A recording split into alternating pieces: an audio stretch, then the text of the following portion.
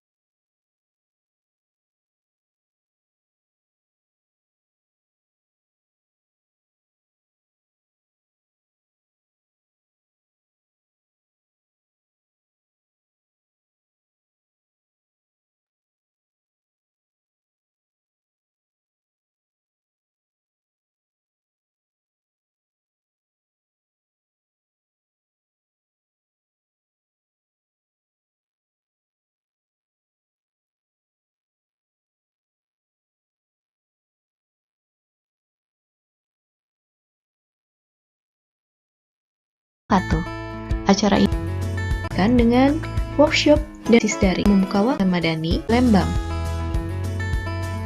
Kedua, bidang kesejahteraan sosial program utama, program donasi, catering, layanan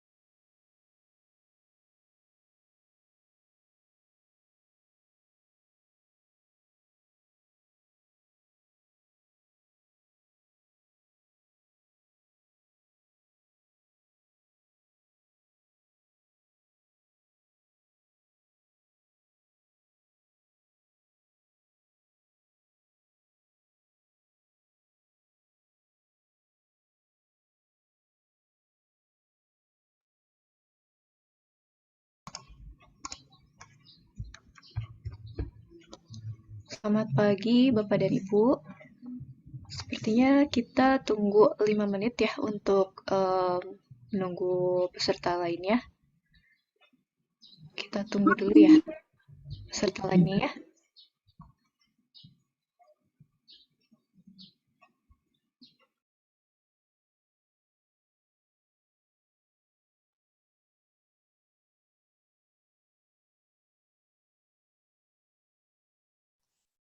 Hai Indri. Halo, Halo, lama tak jumpa. halo Kamu? Novi. Senang bisa ketemu lagi ya Novi ya. Iya, aduh. Mau telepon-telepon sampai nggak sempet kan? Udah siap hari ini Novi untuk eh, dapetin materinya. Bentar, aku mau record ini. So, next year gue nggak perlu ikut ini lagi. Oh, kita nunggu dulu ya. Mungkin sekitar 4 menit lagi untuk nunggu peserta lainnya.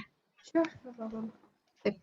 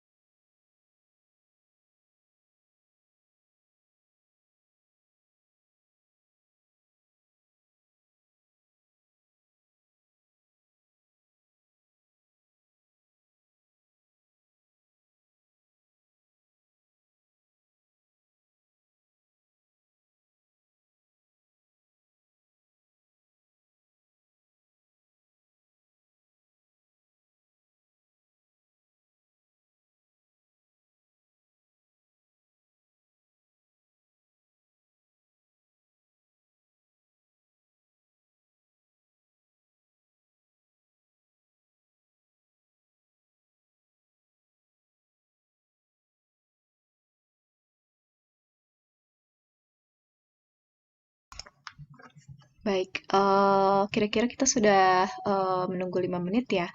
Mari kita mulai saja. Mungkin nanti untuk peserta lainnya mungkin nanti akan bergabung setelahnya gitu ya, sambil jalan saja. Oke. Em, Assalamualaikum warahmatullahi wabarakatuh. Selamat siang dan salam sejahtera bagi kita semua. Dengan mengucap syukur kepada Tuhan Yang Maha Esa melimpahkan berkah serta rahmat-Nya kepada kita semua, sehingga kita dapat berkumpul di acara lanjutan atau sesi 2 dari rangkaian workshop, yaitu workshop pelatihan pelaporan SPT, perorangan, usahawan, dan freelancer. Perkenalkan, saya Indri, MC hari ini, dan saya dari Yayasan Bumi Insan Madani. Sebelumnya, saya ucapkan terima kasih kepada Yayasan Bumi Insan Madani yang telah memberikan kesempatan untuk membuka peluang pelatihan pada hari ini. Dan tak lupa kami ucapkan terima kasih pula atas kehadiran Bapak dan Ibu sekalian. Hadirin yang berbahagia, sebelum kita mulai hari ini, mari kita bersama-sama berdoa sesuai dengan kepercayaan masing-masing. Semoga Tuhan Yang Maha Esa akan menjadikan acara ini bermanfaat untuk kita semua ya, serta acara ini dapat berjalan dengan lancar dan kondusif.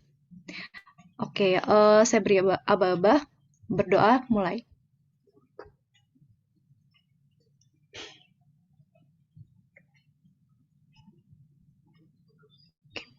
Berdoa selesai. Bapak dan Ibu hadirin yang berbahagia, sebelum kita memasuki acara inti, saya akan membacakan susunan acara kita siang ini. Adapun susunan acara kita hari ini adalah sebagai berikut. Jadi, yang pertama adalah perkenalan Yayasan Bumi Insan Madani. Lalu yang kedua adalah perkenalan media partner. Yang ketiga adalah perkenalan sponsor. Lalu kita juga akan memperkenalkan narasumber ya. Lalu setelah itu kita akan lanjut materi, dan setelah materi kita akan berikan kesempatan untuk sesi tanya-jawab. Setelah sesi tanya-jawab kita akan tutup dengan penutupan dan dokumentasi. Seperti itu. Tidak berlama-lama lagi, saya persilahkan kepada host untuk memberikan video perkenalan yayasan. Oke, silakan.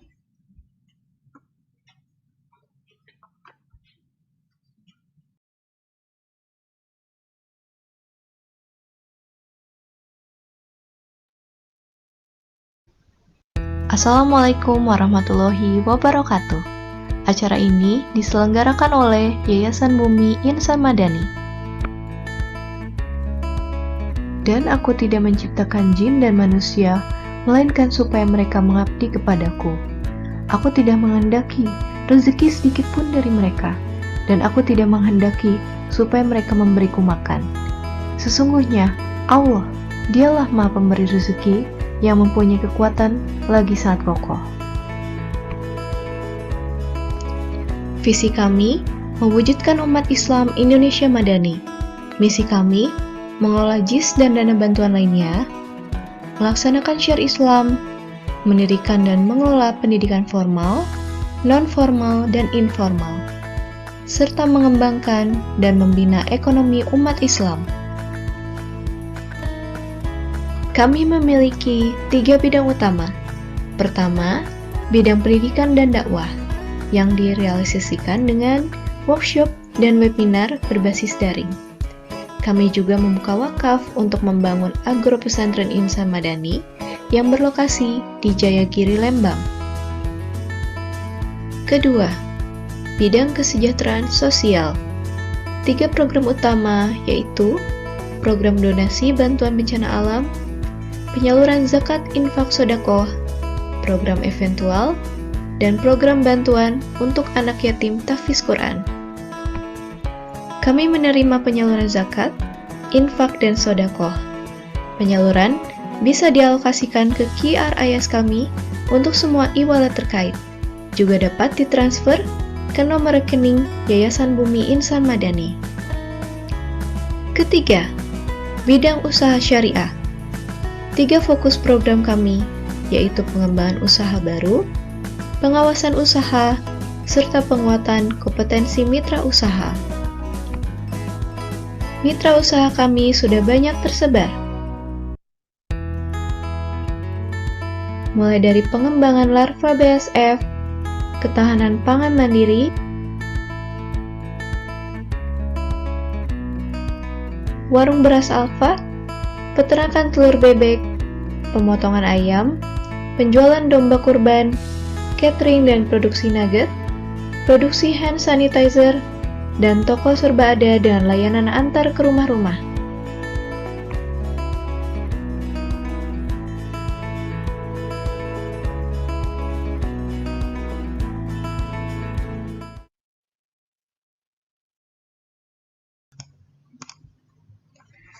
Baik, itu tadi profil yayasan kami. Untuk yang ingin berdonasi, kita ada program Jumat Berkah ya. Jadi program ini adalah membagikan makanan gratis ke masjid-masjid. Jadi kalau misalkan ada yang tertarik, silakan menghubungi kontak Yayasan Bumi Insa Madani. Oke, selanjutnya saya berikan kesempatan kepada sponsor kami, Finansis Internasional, untuk mempresentasikan tentang usahanya. Silakan.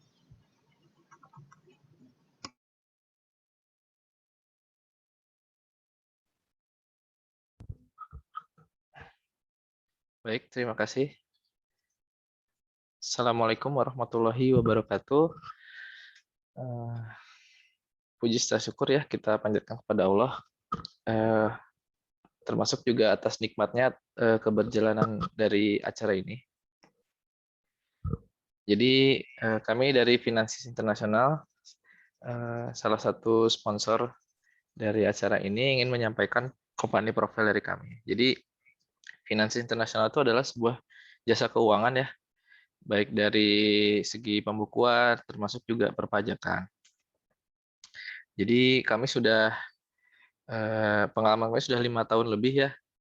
Klien kami banyak dari luar negeri Indonesia, dari US, UK, Kanada, Jepang, Singapura, Filipina, dan juga Indonesia terutama. Di sini produk yang kami tawarkan berupa konsultasi pajak, pembuatan laporan keuangan, evaluasi, sistem akuntansi, termasuk juga SOP dari perusahaan tadi. Jadi kalau misalkan Bapak Ibu ada yang mau bikin startup, kita bisa memberikan konsultasi terkait keuangannya. Jadi bagaimana cash flow keuangan, pengaturannya, termasuk juga jika Bapak Ibu ingin mengintegrasikan dengan software akuntansi atau keuangan juga kita bisa. Ini portofolio kami ya. Jadi di bulan lalu kita klien terakhir kita dari Dubai, seperti itu. Banyak juga ya dari Malaysia, US, California, dan lain-lainnya. Dan adapun platform yang kita sudah partner itu ada dari QuickBooks, Xero, sama Journal ID. Adapun jika Bapak Ibu ada yang tertarik untuk bekerja sama atau berkonsultasi, bisa lewat email kami di indri@finansisinternational.com atau alamat kami di Jalan Mars Barat 6, nomor 5 di Bandung ya. Atau di nomor kontak kami 0838 20 93 19 71. Demikian dari kami Finansis. Terima kasih. Silakan lanjutkan. Oke, baik itu dari Finansis, terima kasih. Berikutnya saya ingin perkenalkan narasumber kita untuk rangkaian workshop hari ini ya, yaitu pelaporan SPT. Nah, sekarang saya akan perkenalkan Bapak Sandi Muhammad Gumilar. Dari experience-nya, Pak Sandi dari 2012 sampai 2015 adalah staf audit dan accounting di PT Kompas Media Nusantara di Kompas TV. Lalu di tahun 2015 sampai 2016, Pak Sandi adalah staf seksi pemeriksaan KPP Bandung Cicadas. Lalu tahun 2016 sampai 2019, Pak Sandi sebagai pejabat sebagai koordinator seksi pelayanan dan tim penyuluhan pajak KPP Sukabumi. Dan sekarang dari tahun 2019 sampai tahun 2021, Pak Sandi menjabat sebagai tim pemeriksa KPP Purwakarta. Baik Bapak Ibu, jika ada pertanyaan, silakan ditulis dulu di kolom chat di bawah ya, di aplikasi Zoom Anda. Waktu akan kami sediakan di akhir materi untuk pembahasan. Tidak berlama-lama lagi, saya persilakan kepada Pak Sandi. Pak Sandi sudah siap? Insya Allah udah siap, Mbak. Oke, siap Pak.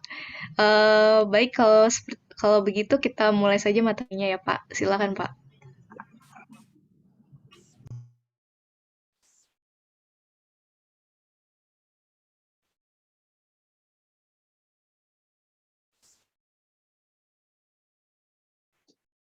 Oke, Assalamualaikum warahmatullahi wabarakatuh.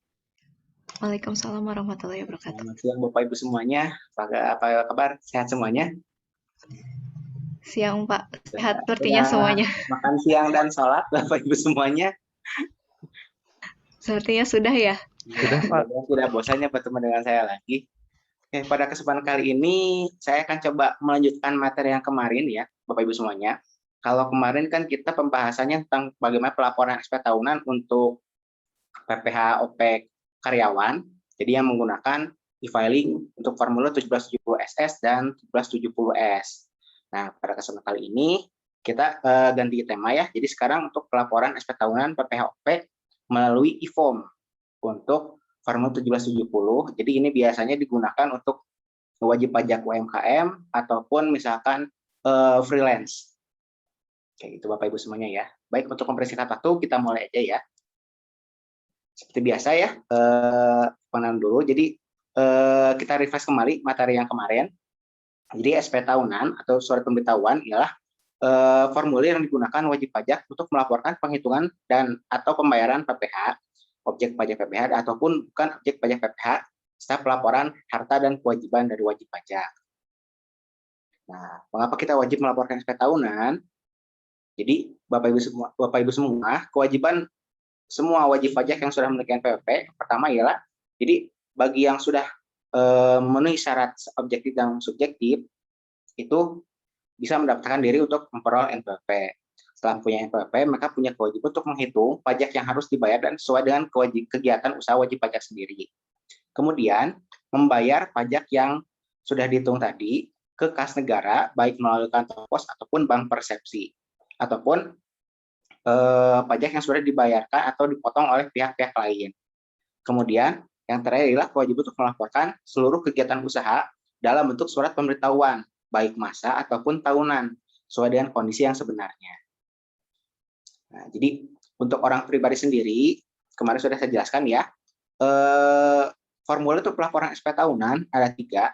Pertama 1770, kedua 1770S, dan ketiga 1770SS. Perbedaannya, jika 1770 itu biasanya digunakan untuk wajib pajak yang pelaporannya menggunakan pembukuan atau menggunakan norma penghitungan dalam ataupun wajib pajak yang dalam 1 tahun pajak itu memiliki penghasilan lebih dari 1 pemberi kerja, biasanya lebih dari 2 atau 3 misalkan. Kemudian wajib pajak yang penghasilannya dikenakan PPh final dan dari penghasilan lain. Untuk 1770S biasanya digunakan untuk wajib pajak karyawan yang hanya berasal dari 1 atau 2 pemberi kerja dan penghasilannya di atas 60 juta. Sedangkan untuk setahun, sedangkan untuk 1770SS biasanya untuk karyawan yang dalam 1 tahun pajak tersebut hanya memperoleh dari 1 pemberi kerja dan penghasilannya tidak lebih dari 60 juta per tahun. Nah, jadi untuk kewajibannya seperti dijelaskan, pertama mendaftarkan NPWP bisa langsung ke KPP atau KP2KP ataupun melalui online melalui irekpajak.id. Kemudian kewajiban keduanya adalah menghitung omset bulanan, membuat rekap penghasilan manual atau melakukan pembukuan secara akuntansi. Kemudian untuk wajib pajak UMKM ini nanti bisa menghitung omset bulanan misalkan. Jadi setiap bulan penghasilan berapa tinggal dikalikan 0,5%. Asalkan dalam 1 tahun pajak tersebut penghasilannya tidak lebih dari 4,8 miliar.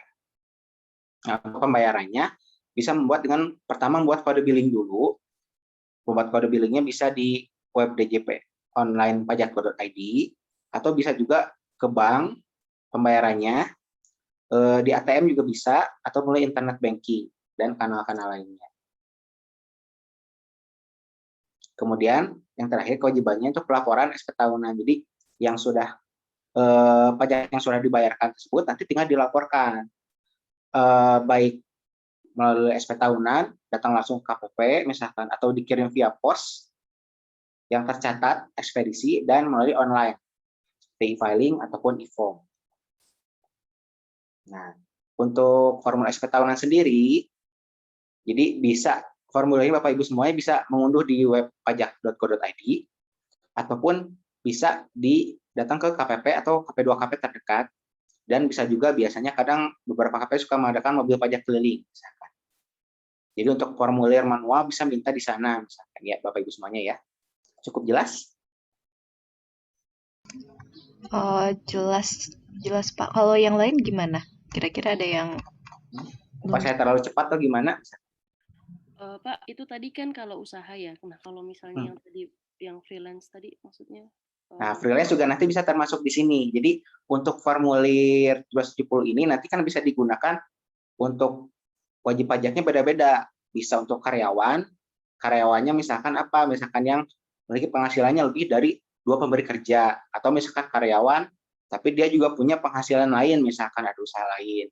Bisa juga ini digunakan untuk UMKM misalkan, atau misalkan yang bikin marketplace, misalkan jualan online kayak gitu, atau juga bisa untuk freelance dan agen asuransi atau marketing yang tidak tetap gitu misalkan kayak gitu. Jadi penghasilannya itu setiap bulannya tidak tetap, jadi tergantung dengan target yang ditentukan misalkan.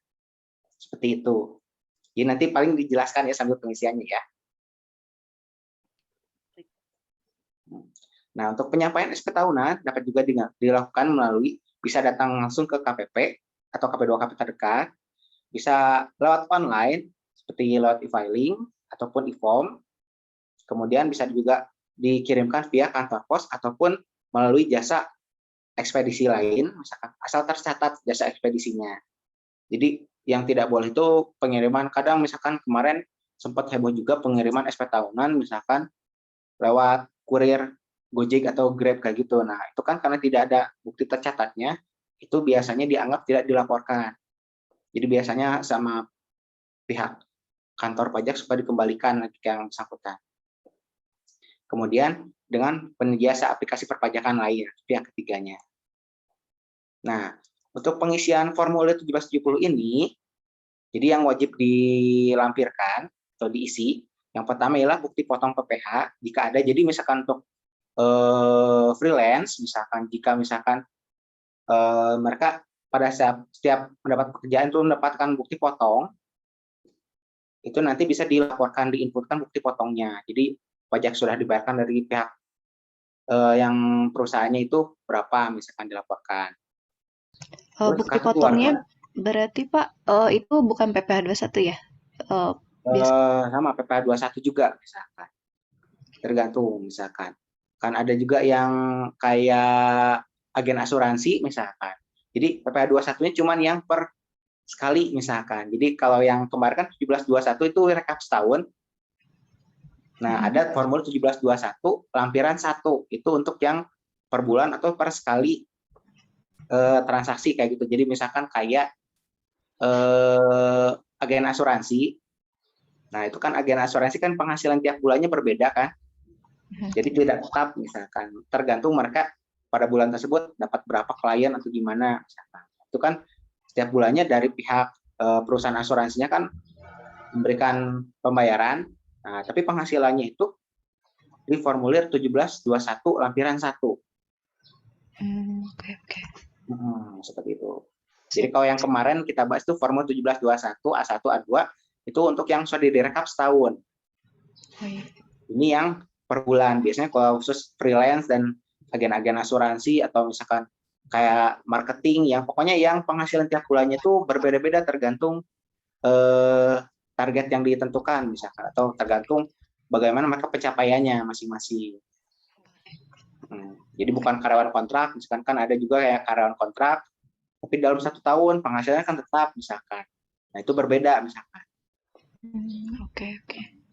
Kemudian kartu keluarga seperti kemarin ya, daftar harta, daftar kewajiban, kemudian ini catatan omset per bulan. Ini untuk wajib pajak yang melakukan kegiatan usaha dagang misalkan atau UMKM, asalkan penghasilannya itu tidak lebih dari 4,8 miliar dalam setahun. Kemudian yang terakhir, kalau misalkan ini khusus untuk UMKM, misalkan kalau mereka sudah mencatat rekapannya, mereka tinggal melampirkan bukti penyetoran PPh finalnya. Jadi nanti yang sudah direkap itu kan nanti dibuatkan pembayarannya tiap bulan. Nanti pas pelaporan SPT tahunnya diinputkan bulan sekian, sekian, nominal berapa, nanti dimasukkan nomor NTPN-nya. Cukup jelas? Oh, jelas Pak. Yang lain ada yang mau ditanya? Iya, maaf boleh tanya? Boleh, silakan Bapak. Iya, terima kasih. Pak, kalau PPh pasal 21 tidak final, Betul. kan banyak tuh ada upah pegawai tidak tetap, ada tenaga MLM, ada asuransi, ada tenaga ahli, ada trainer atau pelatih. Apakah itu termasuk yang 1770 ataukah 1770S Pak kemarin itu Pak? Itu kalau formulir 1770 atau S itu sebenarnya kita bisa gimana aja misalkan. Kalau misalkan, jadi kasusnya gini Pak, saya misalkan karyawan, penghasilan saya misalkan sudah direkap setahun itu kurang dari 60 juta, misalkan. Tapi saya harusnya kan misalkan normalnya kan saya pengisiannya pakai 1770 SS, tapi misalkan saya memilih untuk melaporkan menggunakan formulir 1770, itu boleh aja. Jadi kalau kita naik formulir, ibaratnya kan tingkatannya paling bawah itu yang paling sederhana 1770 SS, kemudian yang keduanya 1770S, dan yang terakhir 1770. Jadi kalau kita naik, itu sebenarnya tidak ada masalah. Jadi kalau atau nanti pengisiannya sama aja, cuman beda formulirnya aja. Mungkin apakah maksudnya apabila bukan pegawai tetap dan di atas PPKP yang 60 itu berarti menggunakan 1770. Apakah begitu Pak? Kan dilihatnya nanti dari penghasilan Pak, total penghasilan bruto. Jadi yang membedakan formulirnya itu nanti bagaimana jumlah penghasilannya. Kalau misalkan dalam setahun itu dia kurang dari 60 juta, itu dia boleh menggunakan 1770, boleh misalkan. Jadi kalau kita memilih menggunakan 1770 itu boleh aja. Nah, maksudnya apabila di atas brutonya di atas 60 Pak? Iya, sama. 17 dulu. Kan di atasnya 1770S untuk yang penghasilan di atas 60 juta. Itu dia menggunakan 1770 juga boleh, nggak apa-apa. Tidak ada permasalahan jika kita ingin menggunakan formulir 1770. Oke, berarti yang dari kemarin sama hari ini sebenarnya bisa menggunakan 1770 Pak ya? Betul, cuma kemarin saya penjelasannya karena biasanya kebanyakan mayoritas, kalau khusus karena kemarin kan kita pembahasannya karyawan, karena kebanyakan karyawan itu memilih yang formulir 1770S atau SS karena lebih simpel. Oke, baik. Isinya tidak banyak misalkan. Baik Pak, makasih Pak. Ya, sama-sama Pak. Bapak Ibu saya lanjutkan kembali ya materinya. Baik Pak, silakan. Oke, nah ini salah satu contohnya ya. Jadi rekap yang sudah kita buat, misalkan jadi contohnya di sini rekap dalam setahun. Ini ada omset peredaran brutonya, kemudian ini yang di sebelah kanannya itu ada pembayaran PPh finalnya. Jadi 0,5% dari omset per bulannya. Jadi sudah dirinci. Nanti disiapkan juga misalkan, biasanya di save dalam bentuk PDF untuk nanti dilampirkannya. Jadi jangan lupa disiapkan misalkan rekapan per bulannya untuk yang pelaku UMKM. Nah ini seperti kemarin, jangan lupa untuk pengisian laporan kolom harta, utang dan kewajiban. Jadi untuk kolom harta, saya ingatkan kembali, kita inputkan sesuai dengan harga perolehan di tahun pembeliannya. Jadi misalkan kita beli rumah tahun 2014, kita 400 juta, kita inputkan juga sesuai dengan belinya. Kita beli kendaraan motor tahun 2016, beli 22 juta, kita inputkan misalkan harga waktu kita belinya. Untuk kewajiban, kita inputkan misalkan pada saat pelaporan SPT tahunan. Jadi per akhir Desember 2020, itu dilaporkan sisanya. Jadi contohnya seperti ini, kita ada pinjaman ke Bank BCI tahun 2015, dan pada akhir tahunnya itu ada sisa sekitar 150 juta lagi. Kemudian jangan lupa diinputkan daftar anggota keluarga. Pak, itu yang harta atas nama istri atau anak itu juga dimasukkan ke dalam situ? Kalau misalkan istri punya NPWP, misalkan, tergantung misalkan kalau istri punya NPWP, suami punya NPWP sendiri, istri punya NPWP sendiri misalkan, itu nanti dilampirinya masing-masing aja. Oh, kalau misalnya gabung berarti lampirkan juga ya. Gabungan ini ke suami aja berarti kayak gitu. Di semuanya dimasukkan ke suami. Oh gitu. Terus kalau Iya. misalnya ada harta yang tapi bukan, misalnya katakanlah BPKB-nya bukan atas nama kita, saya dibeli tapi belum dibalik nama atau gitu, nggak usah Tapi dilampirkan. kan hartanya sudah punya kita. Oh gitu. Nah, jadi yang diinputkan di sini itu harta yang dimiliki nama kita, misalkan. Biarpun namanya masih punya belum kita balik nama segala macam, yang penting kan dari pengakuannya harta tersebut punya kita sendiri. Nah, itu inputkan aja. Nanti keterangan misalkan bisa kan diisi bebas, misalkan masih atas nama siapa, belum dibalik nama itu ataupun dan lain-lain sebagainya. Terus tabungan dalam dan luar negeri juga termasuk, Pak? Iya, jadi sesuai pengakuan aja sih ini, jadi tinggal dilaporkan harta yang kita miliki. Nanti pengisian ini nanti tidak akan ada pengaruh dengan pelaporan SP tahunan. Jadi jumlah total di sini nanti tidak ada pengaruhnya, jadi nanti pas pelaporan SPT tahunan yang kita laporkan, tidak ada pengaruhnya. Tapi wajib diisi, misalkan kayak gitu. Oke, saya lanjutkan ya. Nah, kalau kemarin untuk pelaporan lewat e-filing dan e-filing, tahapannya kan ada 5 ya. Kalau untuk yang e-form ini, kita ada 6 tahapannya. Pertama pendaftaran akun dulu, seperti biasa, kemudian login akun, kemudian pengunduh e-form, lalu mengisi e-form, mengirim, dan nanti menerima BPE. Nah, perbedaannya Bapak Ibu semuanya, kemarin sudah sempat saya bahas dulu ya, perbedaan untuk e-filing dan e-form. Kelebihannya apa? E-filing misalkan, dua-duanya punya kelebihan, bisa lapor lewat online itu bisa lapor kapan aja, di mana aja. Jadi kalau misalkan, dulu kan kalau manual untuk pelaporan pajak itu kita harus datang kantor pajak, tapi terbatas kan dengan jam kerja, atau bisa juga misalkan kita lapor dengan ekspedisi dikirimkan misalkan, tapi kita harus ngisi dulu, ngambil formulir dulu dan segala macam dikirimkan. Kalau lewat online, lewat e-filing e-form, kelebihannya kan kita bisa lapor aja kapan aja, di mana aja, bahkan pada saat malam pun kita masih bisa melaporkan asalkan koneksi internetnya bagus. Kalau e-filing sendiri kelebihannya kita bisa melaporkan dimanapun misalkan. Jadi misalkan karena untuk e-filing biasanya kan kemarin sempat saya bahas juga, biasanya untuk e-filing pelaporannya lebih mudah untuk yang karyawan misalkan.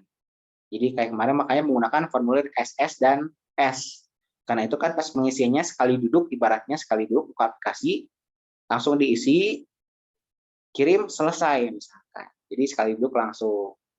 Nah, kelemahannya kalau misalkan kita buka aplikasi terlalu lama, biasanya nanti pas saat pengiriman kita akan error, kemudian mulai lagi dari awal. Tapi biasanya data yang sudah kita inputkan biasanya langsung masuk ke arsip. Kayak gitu. Jadi kita tinggal cari lagi, refresh lagi, login lagi, lalu lanjutkan yang sempat terputus misalkan kayak gitu. Nah, perbedaannya kalau e-form ini kita untuk mengisiannya kita bisa secara offline. Jadi misalkan kalau misalkan kondisi koneksi internetnya kurang bagus misalkan, kita bisa download dulu formulirnya aja. Nanti pas pengisiannya kita bisa secara offline. Jadi kalau pengisiannya bisa, ibaratnya kalau pengisiannya nyantai lah, bisa dicicil dikit-dikit sambil misalkan ini yang kurang apa bisa kita lengkapin. Nanti kalau sudah lengkap semuanya, kita tinggal nyalakan internet, lalu masukkan kode verifikasi dan kirim. Selesai misalkan kayak gitu. Tapi misalkan kekurangannya, misalkan kalau untuk e-form ini kita paling nanti ada keharusan untuk mendownload dulu viewernya. Nah, viewernya itu nanti ada 2, misalkan yang dari IBM, dan yang kedua yang terbaru kemarin baru dirilis dalam bentuk PDF Adobe Reader. Jadi nanti bentuk e-formnya ada bentuk IBM, dan yang kedua adalah bentuk PDF Adobe. Jadi nanti bisa milih Bapak Ibu semuanya ya. Oke, yang pertama pendaftaran akun, seperti kemarin ya. Jadi untuk permohonan laporan secara online, Bapak Ibu semuanya wajib mengajukan permohonan FIN ke KPP. Nah, setelah mendapatkan FIN, nanti Bapak tinggal melakukan registrasi di akun DJP online. Nanti loginnya tinggal masuk ke web pajak.go.id atau bisa juga langsung ke djponlinepajak.go.id. Kalau untuk yang sudah akunnya aktif, tinggal langsung login aja. Nah, untuk kemudian mengunduh e-form misalkan, jadi tinggal pilih nanti pas pada saat menu awal ada pilih yang lapor, nanti pilih formulanya jenis apa, filing atau e-form. Kalau misalkan untuk wajib pajak UMKM atau freelance dan lain sebagainya, itu saya sarankan menggunakan e-form misalkan. Jadi nanti pilih e-form, lalu tinggal download e-form, nanti kode verifikasinya masuk ke email juga, disimpan ya kode verifikasi nanti untuk pengiriman. Kemudian nanti install dulu viewernya, kalau belum punya viewer e-form. Viewernya ada di atasnya, nanti kolomnya ada, tinggal dipilih aja. Diklik, dikit kok cuman berapa puluh mega gitu biasanya. Langsung install, tinggal klik-klik aja, otomatis nanti udah bisa dibuka. Pak, saya barusan coba download e-form, kok nggak bisa dibuka ya? Viewernya belum diinstal. Di atas nanti tahapannya nanti saya jelaskan lagi ya, ada. Nah, gak apa-apa sambil mendengarkan, bisa sambil coba-coba diisi-isi dulu, misalkan kayak gitu. Soalnya dibilangnya Acrobat Reader-nya belum butuh yang 8 atau higher terus, tapi oh iya, kalau yang e-formnya kan ada yang pakai Adobe ya. Ya. Nah, yang Adobe-nya harus Adobe yang versi terbaru biasanya. Ini barusan saya download yang terbaru deh kayaknya, tapi terus tetap nggak bisa ya, tapi nggak bisa. Paling kalau nggak coba nanti install e-form yang pakai IBM yang lamanya. Oh, yang lama ya. Oke, biasanya Pak. Kadang masih suka agak gangguan misalkan di Adobe-nya. Nah, untuk pengisian e-form nanti di SP tahun 1770 nanti jangan lupa untuk diisi daftar harta, kewajiban dan anggota keluarga. Kemudian daftar penghasilan final untuk yang UMKM. Kalau misalkan untuk freelance nanti diisi bukti potongnya, diinputkan, dan daftar rekap penghasilannya. Kemudian data identitas, PTKP, dan tanggal pelaporan di bukti potongnya. Nah, kemudian untuk pengiriman e-form SP tahunan, jadi pas kita download e-form nanti akan muncul kode verifikasi yang masuk ke email juga. Itu nanti tinggal dikopikan untuk pengiriman e-formnya. Dan terakhir nanti tinggal penerimaan bukti penerimaan elektronik. Jadi kalau sudah tahapannya 6 step ini selesai, berarti sudah melaporkan kewajiban perpajakan. Nah, untuk proses login dan unduh e-formnya, jadi Bapak Ibu semuanya di menunya seperti ini kurang lebih ya. Tinggal di web pajak.id, nanti Bapak Ibu semuanya tinggal klik yang login di pajak.id, yang e-filing kayak gini, atau bisa langsung bukanya ke DJP online pajak.go.id. Nah, tampilannya seperti ini, tinggal login. Kalau yang akun sudah aktif, tinggal langsung login aja ya. Masukin username and password yang kita bikin kemarin, yang sudah kita bikin pas pengaktifan, kemudian kode aktivasi, kode keamanan maksudnya, kode keamanan yang di webnya masing-masing. Kemudian klik login. Nah, di menunya seperti ini ya. Di menu awal, nanti pilih yang lapor. Nanti ada pilihannya, misalkan e-filing, e-form. Nanti kalau yang sekarang terbaru ada pilihan e-filing, e-form, dan e-form PDF. Nah, kalau misalkan yang tadi misalkan di e-form PDF bermasalah, coba aja yang di e-form biasa, diklik, nanti tinggal download viewernya. Nah, seperti biasa, klik buat SPT, misalkan. Kalau sebelumnya sudah pernah lapor, nanti akan muncul di datanya ya, di dashboardnya, arsipnya. Kemudian nanti ada pertanyaan, Anda menjalankan usaha atau pekerjaan bebas, klik iya. Nanti di bawahnya langsung pilihan e-form SPT 1770. Tinggal klik aja. Kemudian kita masuk ke pengisian formulir. Nah, kita inputkan tahun pajaknya, tahun pajak yang sekarang, berarti tahun pajak 2020 pelaporannya. Kemudian status SPT-nya normal kalau belum pernah melaporkan. Lalu kalau sudah, tinggal di paling bawah ada kirim permintaan. Nanti otomatis e-formnya ke download misalkan. Nah, nanti muncul bawah itu biasanya, nah ini yang XFDL itu e-formnya dalam bentuk IBM. Bapak Ibu semuanya ya. Jadi filenya nanti namanya itu NPWP sampai selesai, nanti belakangnya kodenya XFDL. Itu e-formnya jangan diedit, jangan diganti nama ya Bapak Ibu semuanya. Biarkan sesuai dengan downloadan. Tidak boleh diganti-ganti namanya. Terus di email itu nanti ada kode verifikasi. Nah, itu kode verifikasi untuk nanti pengiriman. Seperti ini kode verifikasinya ya. Jadi nanti digunakan untuk pengiriman e-form. Nanti di copy aja kodenya. Nah, kalau sudah download e-formnya, nanti kan muncul kurang lebih seperti ini ya, window viewer-nya di sebelah kanan ada petunjuknya. Nah, tinggal klik yang download viewer. Klik aja. Nanti file aplikasinya biasanya form viewer 82 WinX. Jadi file IBM kurang lebih 20 megaan biasanya. Tinggal diklik aja, di-download. Nanti kalau sudah di-download tinggal diinstal Bapak langsung ya, Bapak Ibu langsung, tinggal diinstal aja langsung. Nah, jadi kurang lebih seperti ini. Gimana, Pak? Gimana? Yang pakai MacBook gimana ya? MacBook. Kalau MacBook tuh Tadi kan soalnya saya makanya coba yang versi terbaru itu karena oh iya, yang perbedaan. MacBook bisanya di ini ya. Makanya- Tapi di MacBook IBM nggak bisa ya? Iya kayaknya maksudnya karena waktu saya baca di form yang di DJP online itu tulisannya kalau yang lama cuma bisa di ini apa namanya di Windows gitu, makanya jadi Oh iya, yang itu bisa di Windows ya. Paling Ibu yang di PDF, nanti pilih yang PDF, nanti pas Adobe-nya nanti coba di download dari yang viewer Adobe-nya, yang dari DJP online. iya. Sama seperti IBM kan. Di sini yang petunjuk, nanti kan kalau misalkan kita pilih yang e-form yang PDF, juga di sebelah kanannya ada kan viewer-nya. Coba download lagi viewer PDF-nya, Adobe-nya yang dari sana. Oke, saya coba download ulang lagi. Coba dulu aja ya. Udah gitu, coba penasaran. Oke, Pak. Iya, Bapak Ibu, saya lanjutkan kembali ya. Nanti kalau sudah di-download viewer-nya, tinggal di-install aja. Jadi tinggal klik next aja, yes. Kemudian di-install di driver. Sampai selesai, finish, next, install, dan finish. Nah, sudah selesai berarti untuk viewer IBM-nya sudah terinstall. Nanti Bapak Ibu semuanya tinggal klik yang form-nya yang sudah download yang di nomor NPWP XFPL tadi. Nah, itu yang di bawah, buka file e-form XFPL-nya untuk pengisian.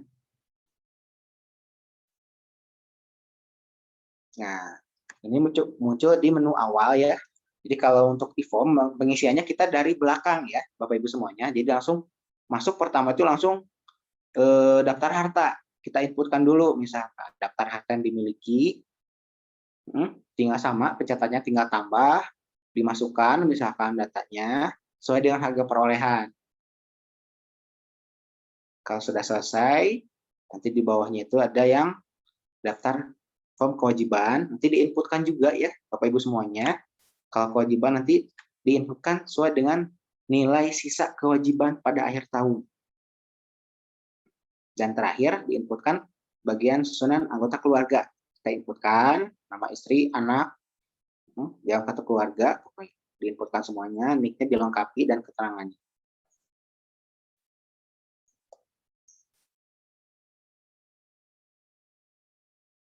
Ini kemudian kita langsung masuk ke formulir 1770 lampiran 3. Ini di bagian A, penghasilan dikenakan pajak final atau bersifat final. Jadi ini untuk yang wajib pajak yang pelaku usaha UMKM ya. Nanti di bawah itu ada, di kolom bawah itu ada yang keterangan nomor 16, penghasilan lain yang dikenakan pajak final atau bersifat final. Nanti dicentang yang PP 46 atau PP 23-nya. Klik centang aja.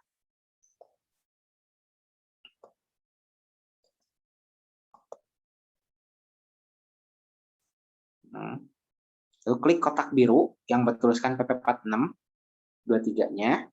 Jadi kalau sudah centang nanti di atasnya akan muncul yang kotak PP 23, PP 46 PP 23, diklik, nanti muncul kolom seperti ini, daftar jumlah penghasilan bruto pembayaran PPh final berdasarkan PP 46 pada tahun sekian misalkan. Nanti tinggal diinputkan nama NPWP-nya, kemudian Bapak Ibu semuanya lakukan perekaman omset. Jadi masukin NPWP-nya, NPWP yang kita, kemudian kita masukkan masa pajaknya, misalkan Januari. Terus peredaran brutonya sesuai yang sudah kita bikin rekapan tadi di awal ya. Kita tinggal inputkan aja peredaran brutonya, terus yang setengah persennya berapa. Misalkan. Kemudian klik yang di bawahnya pindahkan nilai ke lampiran 3, klik ya semuanya ya. Nah, kita isi terus semuanya sampai nanti selesai di bulan Desember misalkan. Jadi kan untuk PPH final ini kan rekapnya sampai Desember selama setahun, jadi 12. Kita inputkan rekapnya per bulan, input bulan ini sekian. Jadi kan tiap bulan berbeda-beda ya penghasilannya ya. Kita inputkan sampai selesai. Lalu paling bawahnya pindahkan nilai omset ke lampiran 3 SPT, pilih ya.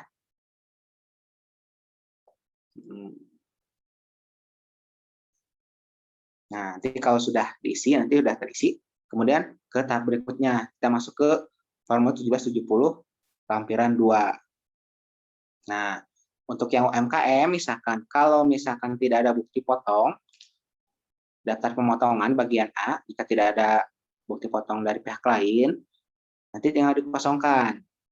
Klik next aja.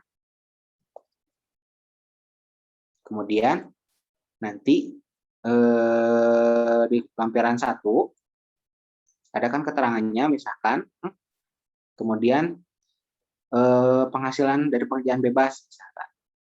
Nah, jika tidak penghasilan dari pekerjaan bebas, sebuah pekerjaan lain tinggal dikosongkan aja karena misalkan penghasilannya kan sudah direkap tadi di PPH final ya. Jadi untuk yang UMKM yang ini kedepannya tinggal dikosongkan aja, jadi cuma diisi di lampiran belakang PP43, PP46, PP23. Asalkan ya cukup setengah persen aja dari omset tiap bulannya, asalkan rekapan dalam setahunnya itu tidak lebih dari 4,8 miliar penghasilannya ya. Pak, kalau pemberi kerja nggak ada NPWP-nya, maksudnya karena dari luar negeri gitu gimana? Pemberi kerjanya tidak ada NPWP-nya ya? Dari luar negeri, jadi pekerjaan bebas tapi dari luar negeri. Dipotong nggak? Enggak, kan maksudnya jadi diurus sendiri di dalam negeri. Jadi nggak dipotong berarti ya? Oh ya, berarti nanti dimasukin penghasilan brutonya aja. Nanti sebentar ya. Nah, kalau tadi kan itu untuk yang PMKM ya, Bapak Ibu ya.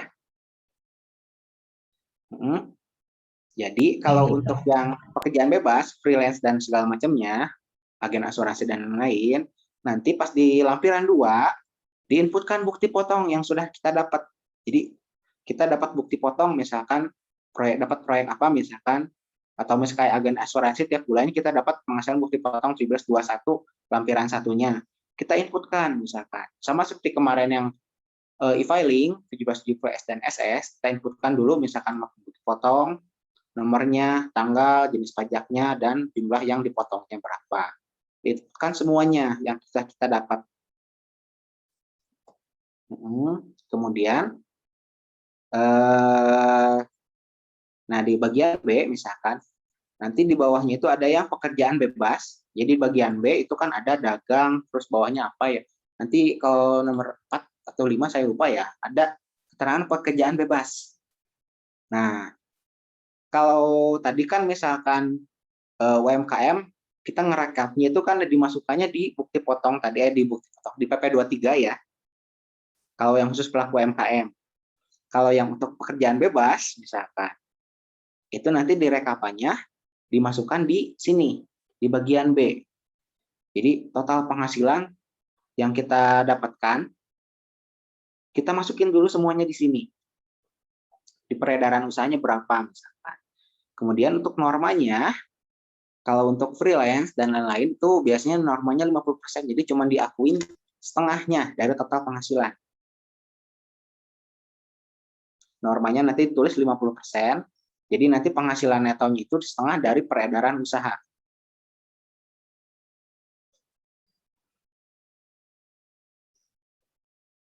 Cukup dimengerti nggak Bapak Ibu semuanya?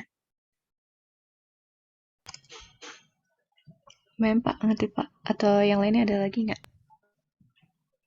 Jadi kalau tadi misalkan kasusnya, saya dapat pekerjaan, tapi si pemberi kerja itu tidak memberikan bukti potong misalkan. Jadi ngasih total segini semuanya, udah semuanya. Jadi kita tinggal ngurus sendiri. Nah, itu dari total penghasilan kita kumpulkan, misalkan merekapnya bisa dari bukti transferan, misalkan, oh dari ini dapat berapa. Kita hitung semuanya peredaran usahanya. Jumlahkan, misalkan berapa, nanti dikalikan norma 50%.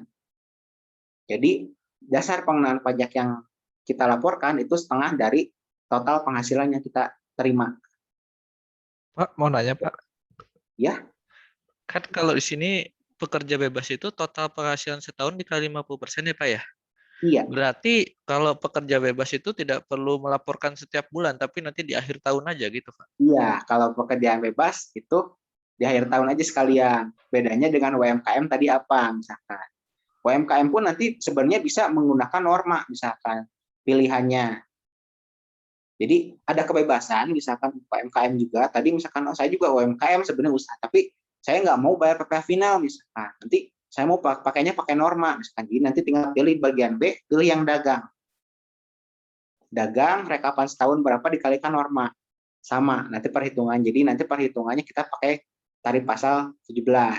Kalau misalkan kita pakai final, otomatis kan tiap bulan berapa, kita tinggal potong aja 0,5%. Tiap bulan, kita bayarkan tiap bulannya. Nanti pas sudah tahunan, nanti tinggal direkap, dilaporkan dalam tahunnya. Jadi bayarnya tiap bulan, tapi nanti direkap. Terus nanti dilaporkan pada akhir tahun. Seperti itu. Masih agak nggak nyambung nih tadi yang pekerja bebas. Maksudnya kalau misalnya kayak dosen tapi yang part time gitu Pak. Terus dia kan misalnya dapat gaji tiap bulan tapi kan tergantung berapa banyak jam ngajar kayak gitu. Ya, nah dosen itu kan kalau dosennya itu misalkan di kampusnya itu dosen tetap atau gimana misalkan. Dia dapat kalau part bukti time potongnya setahun atau gimana misalkan. Dapat bukti potong per bulan gitu. Jadi dapat bukti potongnya per bulan juga misalkan. Nah, ada juga kan misalkan dosen dia dosen tetap misalkan di mana misalkan di kampus A, tapi dia ngajar juga di kampus B misalkan. Nanti kan penghasilan dari kampus A, kampus B tinggal dihitungkan juga, dimasukin di bukti potong tadi. Karena dia kan misalkan udah dosen, misalkan ibaratnya dosen tetap.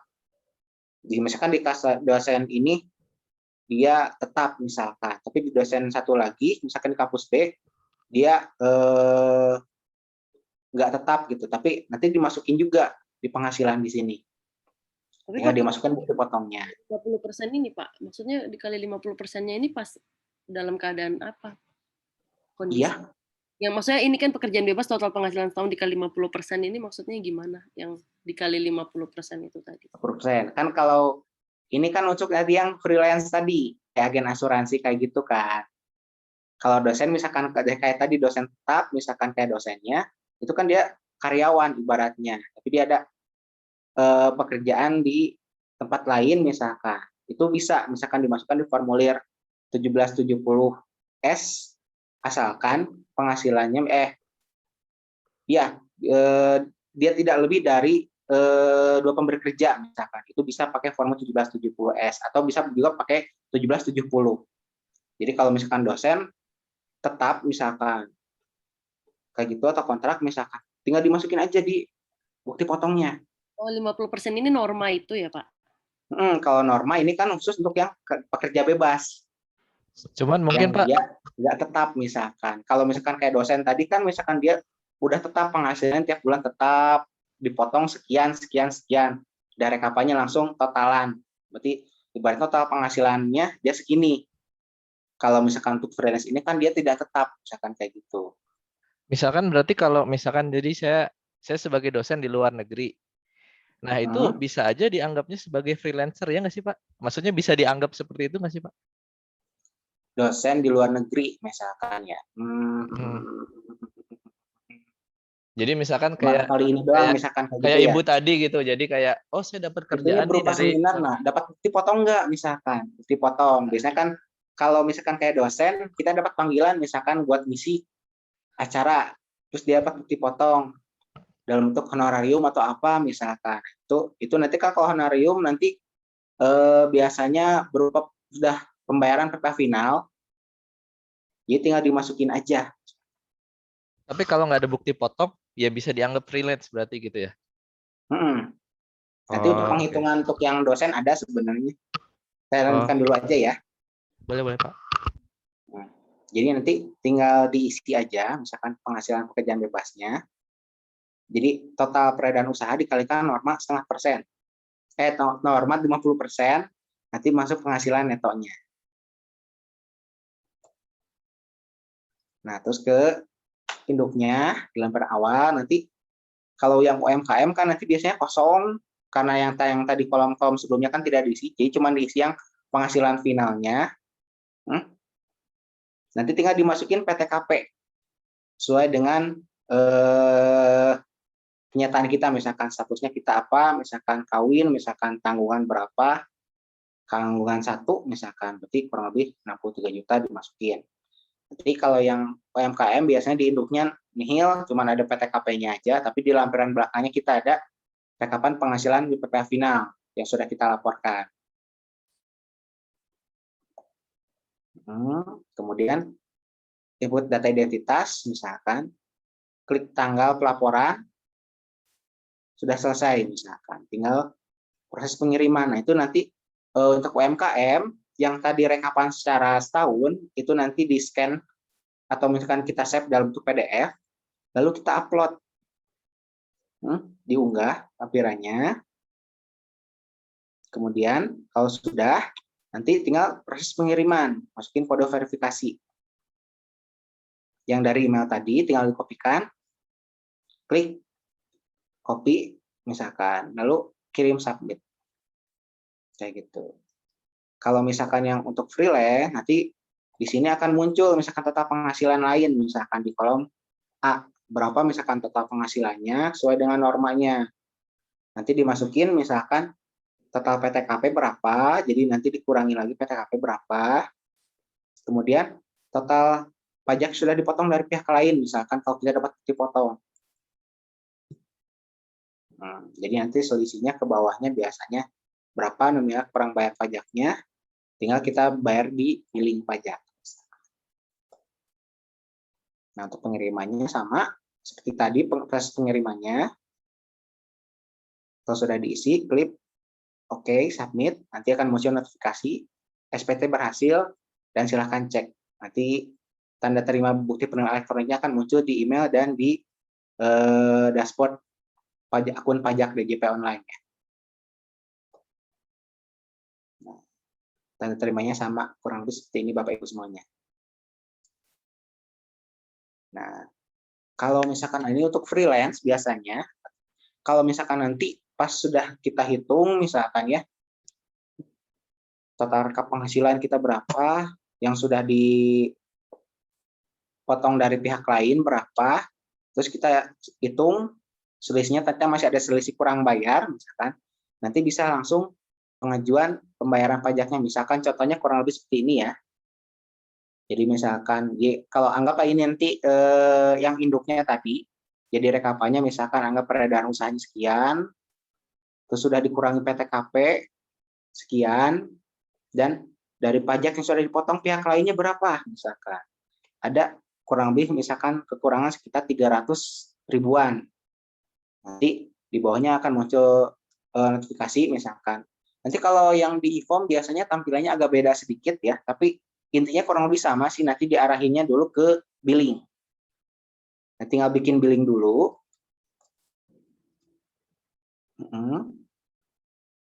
Nanti klik belum misalkan biasanya.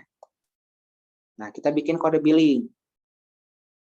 Kode billing atau misalkan kalau di DJP online nanti di sebelahnya, kan tadi di sebelahnya ada lapor misalkan, ada sebelahnya lagi bayar. Nah, klik yang bayar, lalu klik kode billing, e-billing. Nah, e-billing sini nih. Nah, jadi kalau di inputnya misalkan di DJP online kan sebelah lapor itu ada bayar. Jadi tinggal bayar dulu, misalkan klik e-billing.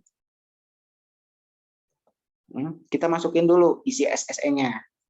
Kita masukin NPWP-nya, Lalu jenis pajaknya misalkan pajak PPh 21 misalkan, atau 25 biasanya. Nah, kurang lebih seperti ini. Kalau misalkan freelance berarti 25 misalkan.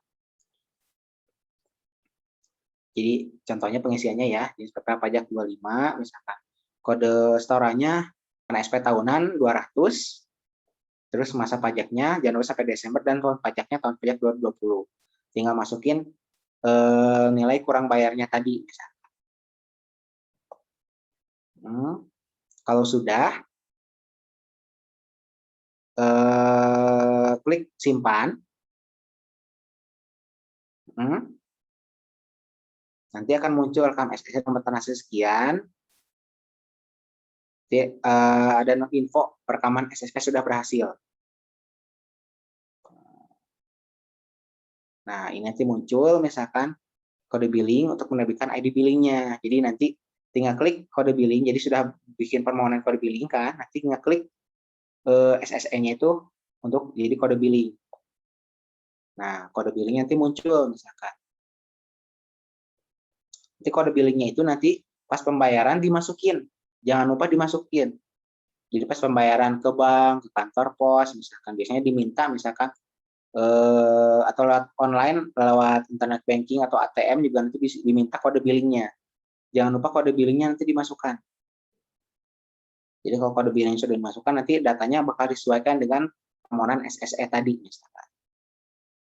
Dan biasanya kode billing ini berlakunya sekitar 1 mingguan biasanya. Jadi kalau misalkan kita bikin kode billing ternyata salah misalkan, nggak apa-apa, misalkan diemin aja, nanti otomatis dalam 1 minggu hangus kode billingnya. Jadi misalkan kita udah bikin ternyata salah yang kita ajukan, jangan dibayar, misalkan diemin aja. Kita bisa bikin kode billing baru aja, karena berlakunya biasanya cuma seminggu.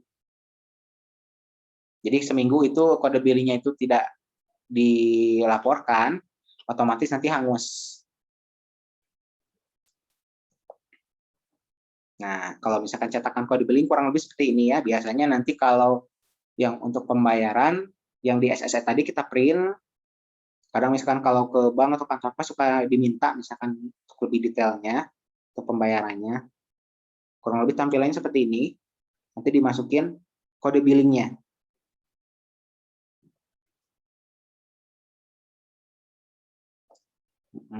Jadi kalau sudah dapat pembayaran, nanti akan tanda terimanya itu nanti dapat NTPN, nomor tanda penerimaan negara. Nah, nanti nomor NTPN-nya itu kalau misalkan di perinannya nanti akan muncul juga nih nomor NTPN. Nah, untuk yang tadi kekurangan bayar pajaknya, misalkan nanti dimasukin tanggal bayarnya sekian, di e-formnya lagi misalkan, terus nanti dimasukin nomor nominalnya dan nomor NTPN-nya untuk verifikasi. Jadi nomor NTPN-nya jangan lupa dimasukkan.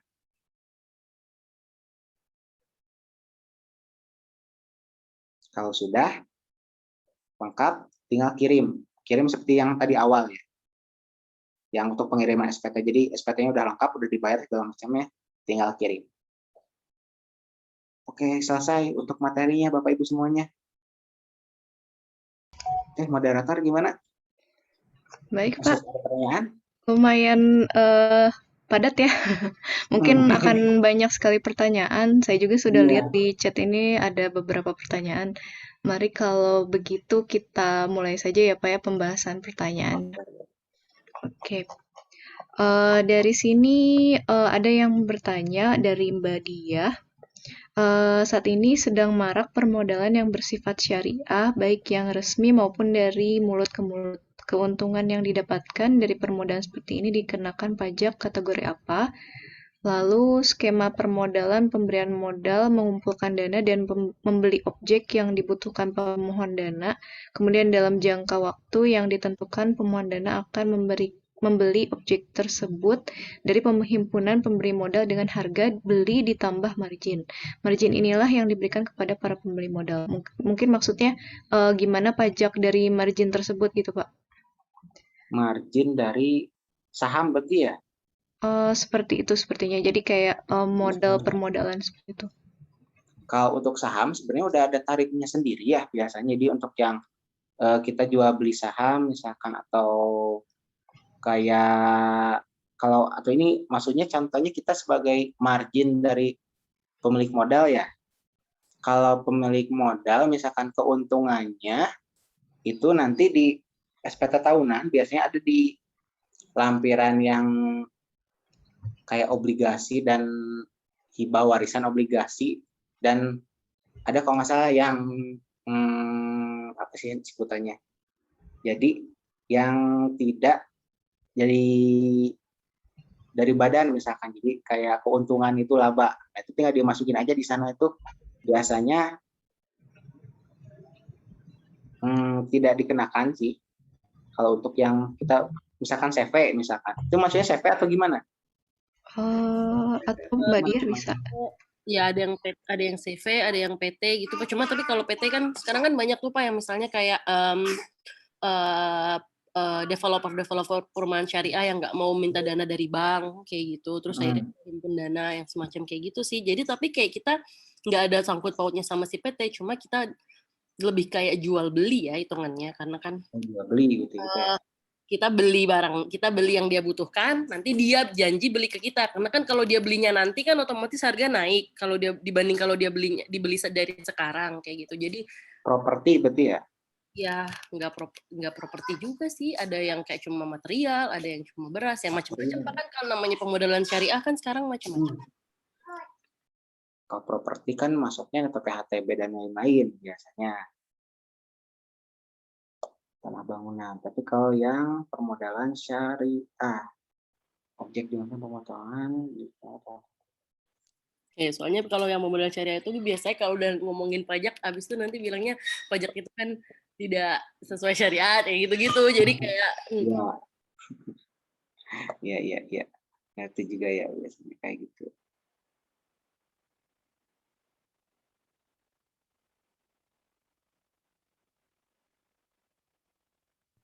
Tapi sih mungkin lebih kayak memang tadi dibilang itu benar, kayak misalnya laba gitu kali ya, kayak kalau di bank yang syariah itu kan ada akad mudorobah tuh yang bagi hasil. Iya, bagi hasil ya. Betul. Ya, karena kalau bagi hasil kan kita ada resiko maksudnya kita memodal kerjain bersama.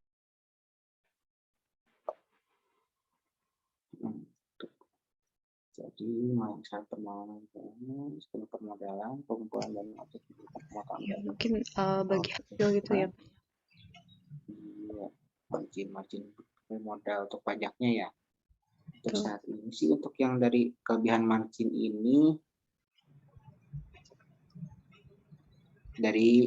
marginnya yang ke pemberi modalnya atau yang bagi hasilnya berarti ya? Ya kayak gitu sih Pak. Jadi jual beli, cuma objeknya ya kalau misalnya pun jual misalnya tanah itu nggak sampai yang SHM gitu. Jadi kayak ada kan sampai cuma state sampai apa ya yang pokoknya nggak resmi tapi resmi, gimana ya maksudnya? Nggak resmi tapi resmi gimana ya? Sampai balik nama tapi itu udah sah gitu. Kalau ini jual beli. Jual beli doang berarti ya. Kalau yang kayak gitu kayaknya ini masih belum kedeteksi dari ininya ya. Skema baru berarti ya Mbak Diah? Saya nggak tahu juga ya, cuma kan yang kayak gitu sekarang marak mungkin. Oh iya. Paling kalau yang ini saya tampung dulu aja ya. Saya coba nanti konsultasiin dulu ke yang lain. Mungkin ada yang lebih ahli untuk yang bagian syariah kayak gini.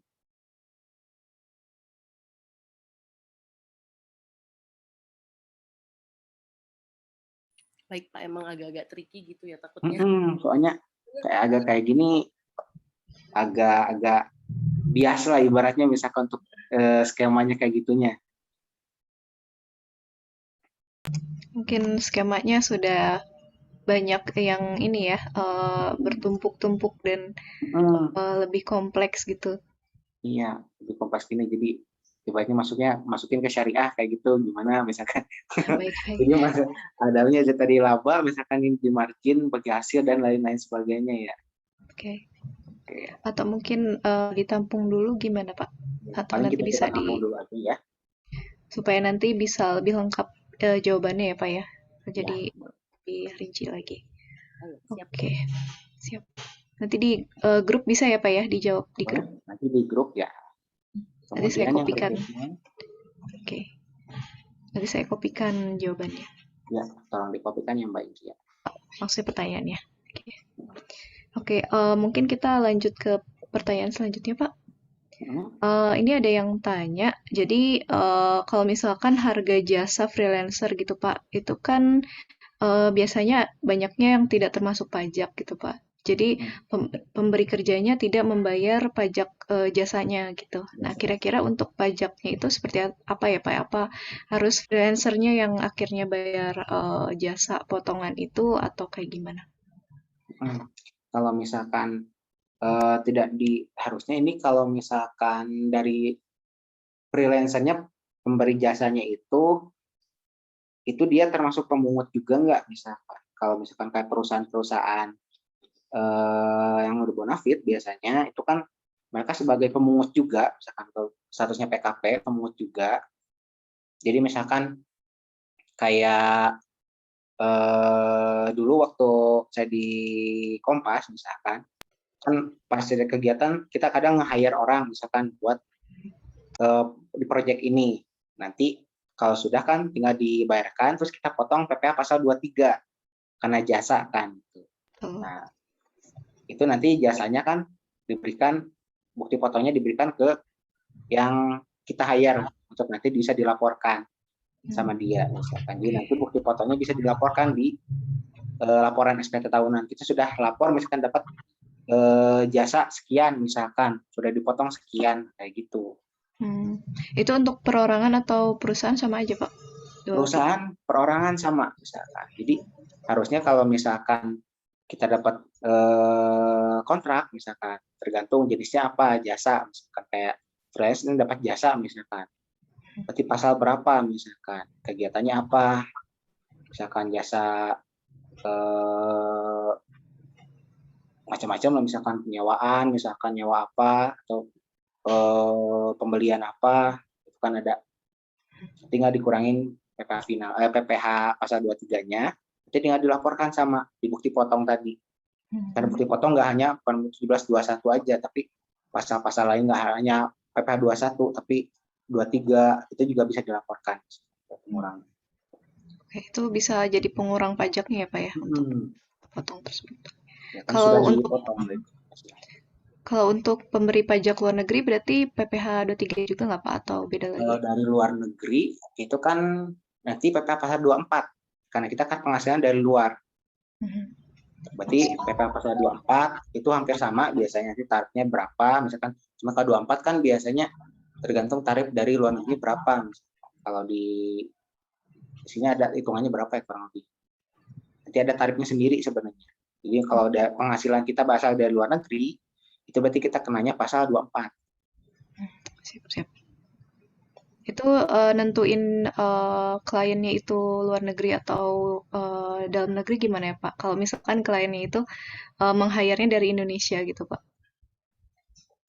Dia bentuknya BUT atau enggak misalkan. Kan ada juga misalkan perusahaan luar negeri tapi sudah ada bentuk badan usahanya di Indonesia, misalkan dia ada NPWP-nya misalkan. NPWP sudah terdaftar NPWP Indonesia kayak gitu. Jadi kalau gitu mah kan udah berarti badan usaha yang di Indonesia. Kalau luar negeri misalkan berarti dari legalnya ya? Dalam negeri itu nggak ada itu. Jadi misalnya jasa apa misalkan ya yang dari luar negeri pokoknya kayak gitu. Jadi perusahaannya itu nggak terdaftar di Indonesia, itu berarti masih di luar negeri. Oke, berarti ada legalnya Pak? Nggak ada legalnya. Oke, baik Pak. Pertanyaan selanjutnya Pak, ini ada yang nanya dari Maura, bagaimana caranya pengenaan norma perhitungan penghasilan neto untuk pekerja bebas? Lalu apakah dikenakan di penghasilan bruto? Kalau yang untuk yang penghasilan freelance ini nggak kena bruto, karena kan tadi total penghasilannya itu langsung dikalikan norma langsung setengahnya. Jadi kan kalau yang untuk yang karyawan kan totalnya misalkan berapa, anggap misalkan penghasilan setahunnya 100 juta. Nanti kan brutonya 100 juta. Tapi nanti dikurangi misalkan biaya jabatan dan lain-lain, biasanya maksimal cuma sekitar 6 jutaan. Jadi kan totalnya 94 juta dikurangi PTKP. Nah, selisihnya itu nanti baru dikenakan tarif pasal 17. Itu untuk yang karyawan. Tapi untuk freelance kan misalkan anggap 100 juta juga penghasilannya, karena dia freelance, pekerjaan bebas, nanti langsung dikalikan normal 50%, jadi cuma 50 juta. Tarif dasar pengenaan pajaknya. Dikurangi nanti PTKP lagi. Berapa misalkan. Nah, kalau misalkan masih ada selisih, misalkan lebih besar dari PTKP-nya, selisihnya aja anggap misalkan anggap 60 juta lah misalkan. Jadi kan 120 juta. Jadi cuma 60 juta, PTKP 54 juta. Jadi selisihnya cuma 6 juta. Nah, 6 juta dikalikan tarif pasal 17 5%. Jadi kenakannya cuma segitu. Jadi perhitungannya kurang lebih segitu. Jadi kalau yang freelance itu nggak ada bruto gitu. Jadi karena udah penghasilan bruto, ibaratnya yang bruto tadi, yang totalnya rekap, itu udah dianggap bruto. Nanti langsung dikalikan norma 50%. Oke Pak. Kira-kira ada yang mau nanya lagi? Silahkan. Halo, saya mau nanya. Ya, boleh. Gini, jadi kayak misalnya kan tahun kemarin dari bulan Januari sampai Maret saya ada di karyawan tetap, lalu di bulan April sampai Desember saya freelance. Nah, itu pelaporannya gimana? Nah, untuk yang Januari sampai Maret itu dapat bukti potong nggak? Ada bukti potong tapi nihil. Ya. Nihil. Nah, terus dari freelance-nya? Freelance-nya cuma dari luar, jadi cuma langsung ditransfer uang aja, tidak ada potongan, tidak ada potongan ya. Berarti tinggal nanti dimasukinnya yang freelance-nya aja, karena kan dari April, ibaratnya April sampai Desember ya. Iya. Soal penghasilan aja, karena kan nggak dipotong juga ya. Ya, tidak dipotong, terus lalu berarti lalu saya harus kayak menampilkan bukti transfer, list bukti transfer itu? Karena nggak ada bukti potong kan, di bukti potong kan nggak ada, tinggal dimasukin aja rekapan penghasilan yang di bagian penghasilan lain-lain itu, yang di pekerjaan bebas, tinggal dimasukin aja total rekapannya, nanti dikalikan norma. Oh, I see. Oke. Thank you. Ya, sama-sama Mbak. Oke.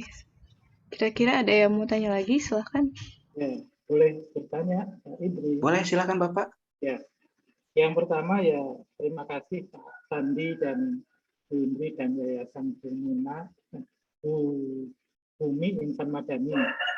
Karena ini sebenarnya materinya bagus sekali, luar biasa. Tidak inilah harganya 30 atau 50 itu sebenarnya hanya sekedar aja ya, formalitas. Jadi terima kasih sudah sedekah ilmu Pak Sandi dan Bu Indri. Yang kedua, kalau tadi ada 3 dari kemarin sama hari ini, pertanyaan teman-teman, boleh nggak kalau saya klasifikasikan menjadi 3. Yang pertama, pekerja tetap atau karyawan di sebuah perusahaan yang pendapatannya di bawah PTKP, itu 1. Yang kedua, pekerja tetap di satu pemberi kerja yang penghasilannya di atas PTKP tadi. Ya. Nah, yang ketiga berarti pekerja yang lebih dari satu pemberi kerja maupun pekerja yang menggunakan dagang dengan norma 0,5% tadi maupun pekerja bebas yang 50% tarifnya itu. Nah, berarti ada 3 kelompok itu, Pak. Nah, pertanyaan yang tadi dikemukakan Ibu yang syariah itu ya, kalau nggak salah itu dia ya. Itu dan dagang yang setiap bulan Bapak contohkan di lampiran 3 tadi ya, kalau nggak salah yang setiap bulan harus diisi dengan 0,5%, dan pekerja bebas yang Bapak contohkan di lampiran 2 ya, kalau nggak salah yang tadi 50% itu, apa lampiran 1 itu, lampiran 2 kalau nggak salah, nanti rangkumannya jadi lampiran 1. Berarti kemungkinan begini Pak, benar apa tidak, tolong Pak Sandi nanti kasih koreksi. Berarti untuk apabila lebih dari pemberi kerjanya lebih dari satu, artinya 2-3 perusahaan atau 2-3 kampus tadi contohnya misalnya, atau ada juga menjadi trainer, ada juga jadi konsultan misalnya Pak ya, tapi tidak tetap primanya tiap bulan selalu ada. Berarti itu dianggapnya menggunakan 1770 tadi dan menggunakan total brutonya berapa. Itu yang saya tangkap begitu. Nah, kalau kita asumsikan Pak, asumsi saja ini, asumsi para pesertanya itu tidak yang 70-70 SS, tidak 17-70 SS, berarti tinggal dua Pak, 17-70 S karena di atas PPKP dan lebih dari satu pemberi kerja. Yang kedua, 17-70 karena ada usaha dagang dan pekerjaan bebas. Karena tampaknya apakah maksud Pak Sandi, pekerja bebas di sini bukan pekerja freelance nih kalau yang saya tangkap nih.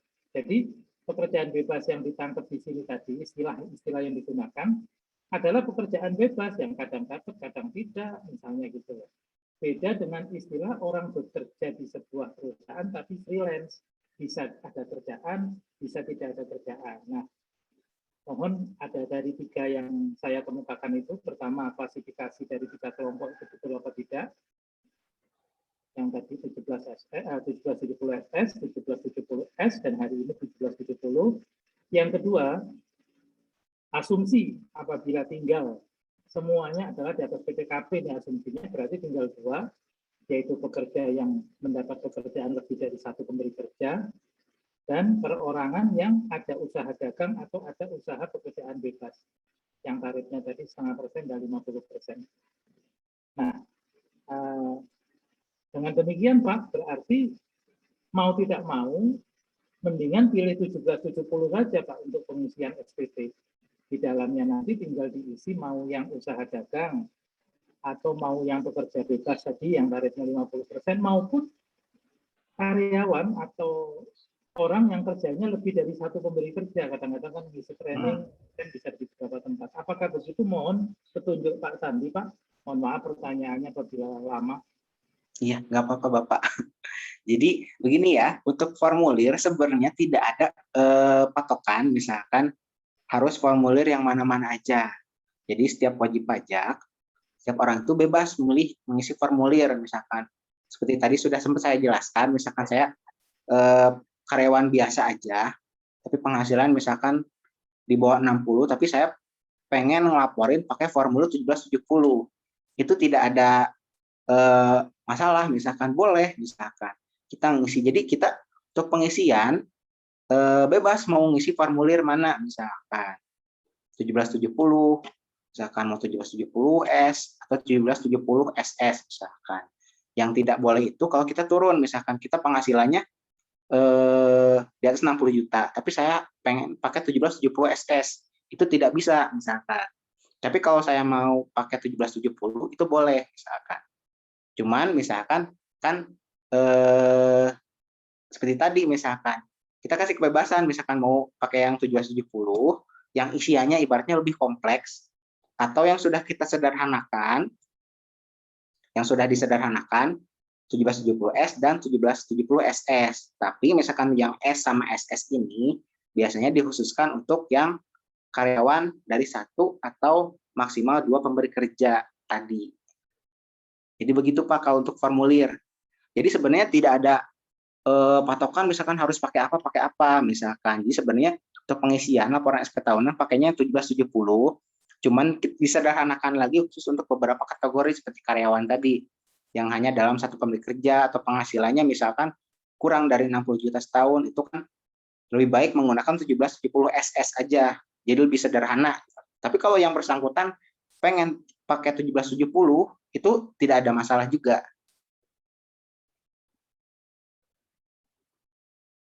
Cukup jelas nggak Pak? Ya Pak, mengenai formulir jelas Pak. Terima kasih. Yang berikutnya kemudian, yang lainnya tadi apalagi gimana ya? Jadi asumsi pemberi kerjanya lebih dari 1 Pak, 3, 4 atau 5 lah misalnya ya. Ya. Misalnya tadi contoh dosen yang bekerjanya mengajarnya bisa di berbagai tempat, itu 1. Oh iya betul. Yang kedua, merangkap juga jadi trainer. Kadang-kadang dapat pekerjaan sekali tempo jadi konsultan. Tambah lagi yang tadi syariah, ada usaha beras syariah misalnya, beli beras nanti dijual lagi, itu kan banyak penghasilannya jenisnya. Nah, Betul. Berarti di situ ada dua tinggal sisanya Pak, yaitu yang usaha dagang menggunakan 0,5% atau usaha bebas, pekerjaan bebas yang menggunakan norma 50%, dan yang ketiga pemberi kerja yang lebih dari 1, 2, atau 3, atau 4 lah anggap ya, jangan 2, nanti 2 kenanya yang 70-70. Nah, berarti apakah mungkin satu orang menggunakan 3 jenis di dalam SPT-nya, di dalam pelaporannya? Pertama, di lampiran 3 dia mengisi yang 0,5%. Ditambah lagi di lampiran 3. Lampiran 2 dia mengisi lagi yang berapa tadi Pak? 50% normal. Kemudian mengisi lagi yang PPh pasal 21 bupot, yang bupotnya dipotong oleh bendahara negara atau misalnya oleh mengisi training di sebuah BPKP misalnya atau di BPK. Nah, itu berarti dalam sebuah form itu bisa bermacam-macam jenis tadi Pak. Jadi gini Pak, kalau di itu tadi misalkan nggak, yang tadi saya jelaskan itu nggak harus semuanya diisi misalkan. Jadi misalkan kalau kita kegiatannya usaha dagang misalkan, atau jualan online atau apa misalkan, nah itu kita bisa milih juga nanti. Jadi nggak harus pakai ini iya, pakai norma iya, enggak, tapi milih. Ada kebebasan untuk memilih kalau misalkan kategorinya. Jadi biasanya ada aturan di PP 43 sama PP 46 itu untuk yang kegiatannya usaha dagang misalkan, yang masih kategorinya UMKM, itu ada kebebasan memilih untuk menggunakan PPh final. PPh final ini yang sekarang digunakan tarifnya 0,5%. Jadi cukup nanti misalkan di pelaporan SP tahunan, cukup dia pelaporannya tadi yang menggunakan PPh final 0,5% aja. Jadi di formulir tadi ngisinya cuman yang di kolom lampiran PP 43 46, PP 23, PP 46 misalkan. Tinggal dimasukin rekaman setahunnya, lalu dimasukin juga yang jumlah sudah dibayarkan ke negaranya. Jadi gitu aja. Udah cukup. Yang di depannya nanti nggak usah diisi kalau sudah pakai tarif final itu. Jadi yang di depan nggak usah diisi, cuman diisi identitas aja, PTKP, tanggal pengiriman, sudah selesai. Gitu. Jadi nggak harus dia pakai ini PPh final. Terus dia norma juga dihitung lagi, enggak. Jadi cukup kalau misalkan untuk UMKM, boleh memilih dia mau menggunakan norma atau menggunakan tarif final. Kalau misalkan sudah pilih salah satu, sudah. Itu aja. Oh begitu Pak, iya Pak. Iya, jadi nggak harus diisikan. Tadi saya ngasih penjelasannya. Yang pertama ini untuk yang UMKM. Nah, kalau untuk yang freelance dan lain-lain, untuk agen asuransi dan lain-lain, itu pengisiannya yang belakang nggak bisa diisi, diabaikan saja. Yang di PP 46 atau PP 23 diabaikan, tapi diisinya nanti pas di kolom lampiran 2, misalkan yang masukin bukti potong, kalau dapat misalkan di input, jadi nanti yang sudah dipotong dari pihak lain berapa, sebagai pengurang pajaknya. Terus rekapan setahunnya berapa, sudah dihitung, dikalikan normal 50%. Nanti kan dari normanya juga nanti dikurangi PTKP, dikurangi yang sudah dibayar pajak dari pemotong, nanti sisanya misalkan kalau ada kekurangan pajaknya tinggal dibayarkan melalui kode billing. Kayak gitu Pak. Baik Pak, ya. Cukup jelas nggak Pak?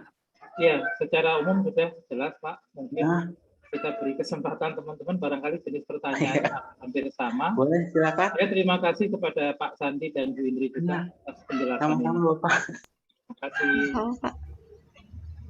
Oke, baik. Oke, Pak Sandi mungkin satu pertanyaan nih Pak.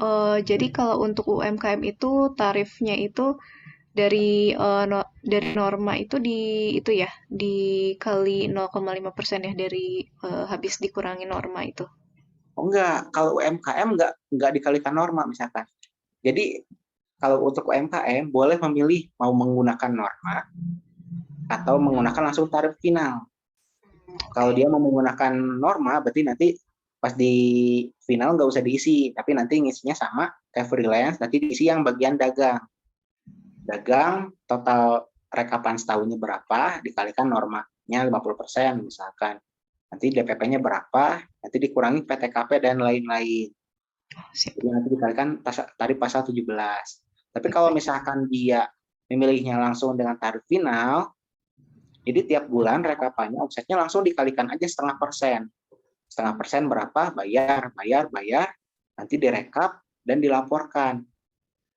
Jadi yang diuntuknya itu nanti kosong, cuma nanti identitas, PTKP, dan tanggal pengiriman kayak gitu aja. Itu bisa ganti, misalnya tahun ini saya pakai yang final aja, terus tahun depan saya pakai yang norma aja, itu bisa Pak? Bisa nanti, tapi pas setelah pelaporan, misalkan tahun depan mau pengajuan norma, nanti biasanya harus mengirimkan surat permohonan pengajuan norma. Jadi pemberitahuan nanti untuk tahun depannya, setelah lapor SP tahunan, tahun depan misalkan kita mau pakainya norma aja misalkan. Nah kayak gitu. Itu misalkan bisa gantinya tahun ini atau pas mau lapor pajak? Kalau untuk pengajuannya biasanya berlakunya mulai tahun depannya. Jadi misalkan untuk sekarang masih pakai final, misalkan Mbak Indri misalkan usaha, misalkan jualan online misalkan, pakainya 0,5% final, sudah direkap, terus nanti dilaporkan SP tahunannya. Setelah pelaporan SP tahunan, berbarengan dengan pengajuan permohonan pemberitahuan penggunaan norma. Jadi untuk tahun depan kita mau mengajukan norma misalkan, pelaporannya pakai norma aja. Nah, jadi nanti tiap bulannya nggak perlu ngerekap lagi 0,5% lagi, enggak. Jadi nanti lepas tahun depan langsung aja dikalikan norma. Oke. Berarti harus langsung gitu. Normanya itu harus langsung tahun ininya gitu ya, pas lapor tahun ini gitu ya. Nggak bisa norma kan tahun depan gitu. aja langsung. Iya, jadi kan bedanya kalau misalkan yang PPh final itu kita pembayarannya harus setiap bulan. Setiap bulan bayar. Kalau norma kan enggak, kita rekap dulu, sudah dihitung berapa nilainya, kekurangannya tinggal dibayarkan, kayak gitu. Perbedaannya itu aja sih. Kira-kira ada yang mau ditanyakan lagi? Saya mau nanya nih, Pak Sandi. Ya, boleh, silakan. Misalkan saya startup nih apa ya, buka PT. Nah, terus pada saat pelaporan pajaknya itu, apakah saya harus bikin kayak semacam laporan keuangannya gitu, Pak? Atau cukup nominal di akhirnya aja, Pak? Untuk yang laporannya PT atau pendiri? PT-nya seperti apa, pendiri juga seperti apa mungkin? Kalau PT, misalkan kalau baru berdiri, kewajibannya wajib melaporkan laporan keuangan. Jadi bikin neraca, kayak gitu wajib misalkan. Jadi untuk pelaporan SP tahunan PT misalkan tetap pas pelaporannya wajib dilampirkan. Oh, oke. Jadi kan nanti bikin neraca misalkan neraca awal pas pembentukan misalkan, nanti pas neraca pas akhir tahun pas pelaporan berapa, dengan dilaporin aja seleksinya. Misalkan kalaupun belum ada kegiatan usaha atau misalkan baru berjalan, misalkan kadang suka ada aja misalkan yang kayak gitu. Tetap jadi kalau untuk yang badan, salah satu syaratnya wajib melampirkan laporan keuangan. Oh, oke. Kalau sebagai pendirinya, Pak?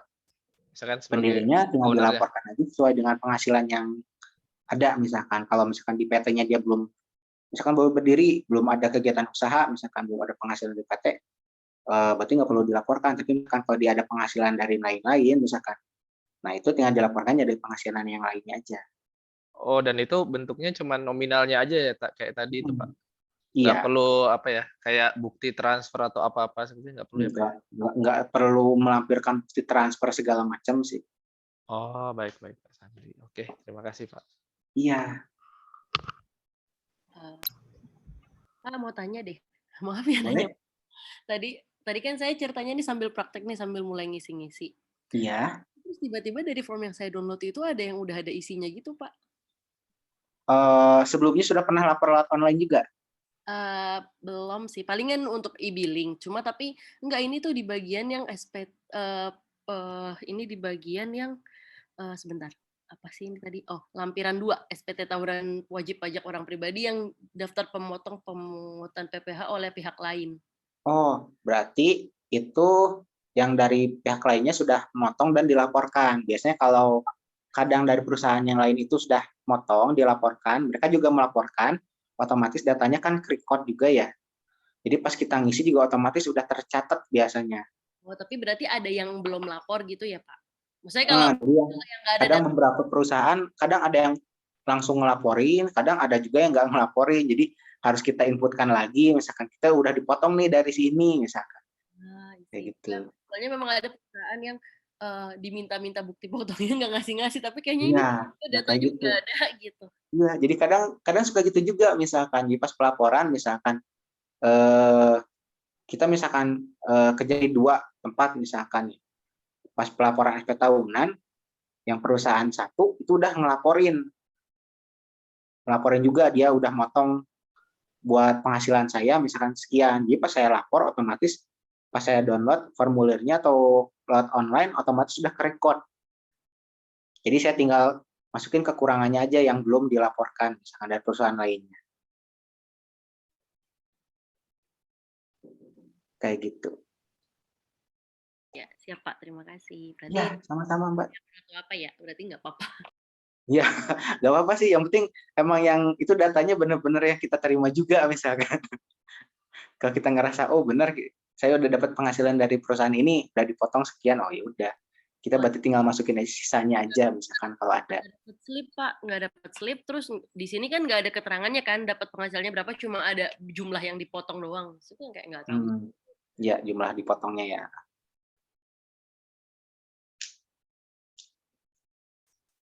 Ada lagi? Baik, kira-kira ada lagi yang mau bertanya?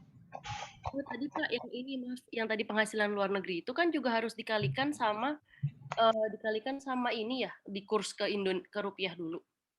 Iya, kalau misalkan penghasilannya kita berupa apa, misalkan dolar atau rupiah misalkan kayak gitu. Nanti kan dikalikan juga ke tarif kurs yang pada saat kita terima misalkan. Kursnya tuh yang dari Kementerian Keuangan di tanggal itu gimana? Dari Kementerian Keuangan, misalkan Kementerian Keuangan pada tanggal sekian, misalkan kita dapat penghasilan pas bulan Januari misalkan, kita pas Januari itu sekitar berapa, nah dikalikan, berarti perkiraan penghasilan kita sekian. Misalkan. Kalau kita dapat penghasilan dengan mata uang asing, misalkan. Jadi dikalikan tarif kurs pada saat kita terima. Ini tuh tapi berarti kita nggak harus nunjukin bukti apa-apa kan Pak, cuma kayak data dalam Excel atau datanya aja, iya. Jadi kayak buktinya cuma kita catat aja, misalkan kalau dapat bukti potongnya kita inputkan dari pemotongnya sekian, NPWP-nya kan biasanya bukti potong cuma nama pemotongnya siapa, tanggal dipotongnya sekian, jadi nggak ada wajib dilampirkan lagi, nggak. Yang wajib dilampirkan tadi cuma misalkan kalau yang UMKM yang pakai 0,5%, yang pakai tarif final itu nanti rekapannya diupload, itu aja sih.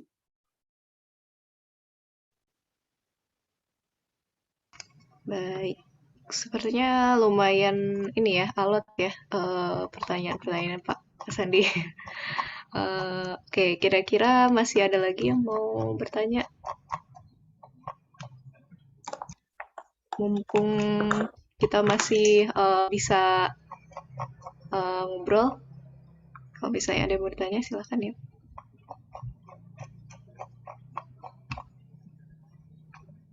Atau kira-kira mau mungkin sudah pada ini ya, pada cukup mungkin Pak yang bertanya, belum ada lagi. Ada lagi yang bertanya? Misal tadi kan yang dibilang kan kemarin itu kan kalau misalnya istri sama suami itu dalam satu NPWP, berarti kami jadinya kan statusnya K2, misalnya katakanlah anaknya 2, berarti K2. Iya, garis miring 2. Nah, garis miring 2. Nah, itu tuh berarti maksudnya yang batas PTKP-nya itu berapa tuh, Pak? Maksudnya apakah istrinya dihitung punya batas PTKP 5,4 atau tetap 4,5 atau jadi tetap ada yang 5,4 dan tetap ada yang 4,5? NPWP sendiri juga atau enggak?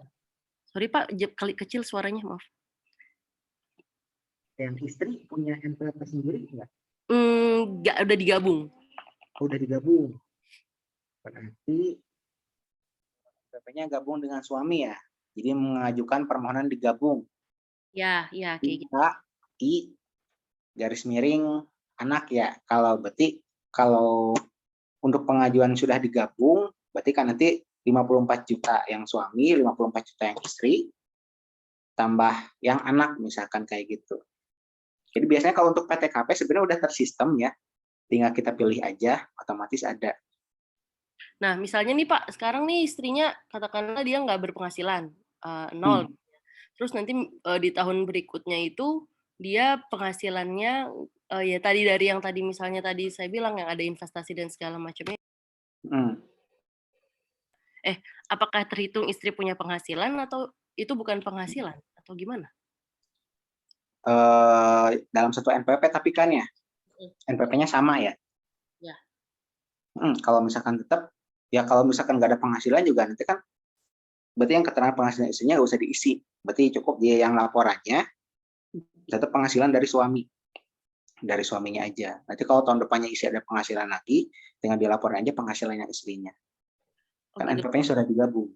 Nah, berarti istri nggak perlu bikin laporan SPT terpisah, tapi itu cukup. Enggak, kan digabung, NPWP-nya kan sudah digabung. Terkecuali kalau dia ngajuin NPWP terpisah, nah kayak gitu. Ya. Agak pusing di situ sih Pak. Tapi berarti penghasilan yang dimaksud itu tuh penghasilan dalam bentuk apa? Misalnya katakanlah istrinya nggak bekerja, tapi dia misalnya main reksadana atau main saham, kayak gitu-gitu juga termasuk penghasilan, ataukah itu bukan? Nah, yang reksadana juga ada kan kolomnya sendiri sebenarnya di laporan SP tahunan. Yang misalkan pembayaran dari saham segala macam itu nanti dimasukinnya penghasilan dari sana. Oke, berarti termasuk penghasilan ya Pak? Berarti istri termasuk penghasilan meskipun nggak jualan atau nggak ada pekerjaannya, tapi dia punya penghasilan. Iya, dimasukin nanti yang kolom misalkan yang saham kayak gitu segala macamnya ada. Oke. Terima kasih Pak. Oke, mungkin kita cukupkan sampai sekian ya Pak. Mungkin nanti bisa berlanjut lagi di pertanyaannya di grup. Dan tadi juga ada yang belum selesai dijawab ya Pak ya pertanyaannya. Mungkin nanti saya kopikan di grup juga. Misalkan kalau misalnya sudah ada referensinya silahkan bisa dijawab di sana.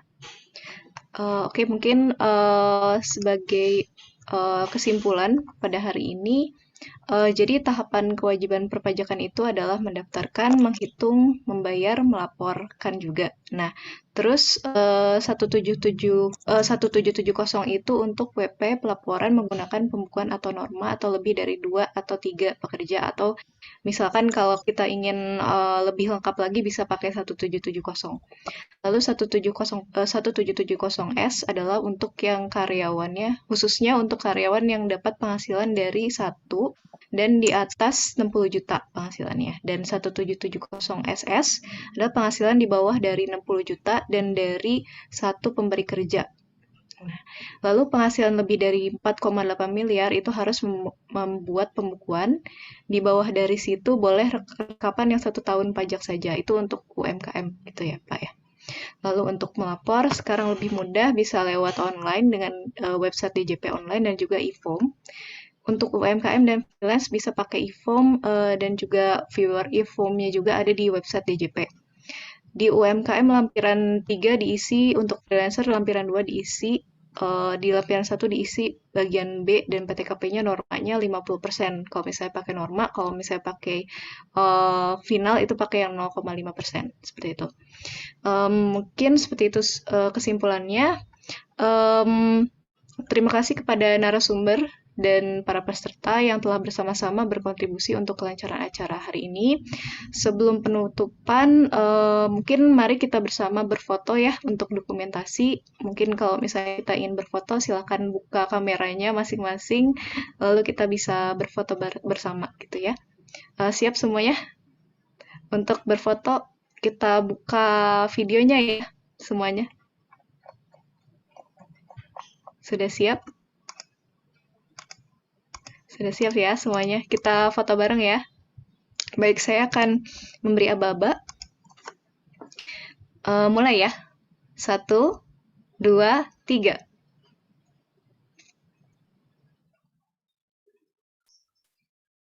Oke, foto kedua. Sekali lagi ya Pak, Bu. Oke, 1, 2, 3. Oke, baik. Terima kasih ya kepada Bapak dan Ibu yang telah mengikuti keberlangsungan acara hari ini. Lalu terima kasih juga pada para hadirin untuk sertifikat workshopnya akan kami bagikan paling lambat hari Selasa ya Pak Bu ke email yang telah didaftarkan. Kami mohon maaf apabila ada kesalahan dan kekurangan kami karena kesempurnaan hanya pada Tuhan Yang Maha Esa. Semoga bermanfaat ilmunya. Jika ada pertanyaan susulan, silakan disusul di grup WA ya. Insya Allah Pak Sandi nanti bisa jawab di sana. Salam sukses dan sejahtera. Mari kita tutup acaranya dan baca alhamdulillah. Assalamualaikum warahmatullahi wabarakatuh. Waalaikumsalam. Waalaikumsalam warahmatullahi wabarakatuh. Terima kasih Pak Sandi. Ya, sama-sama. Terima kasih semuanya.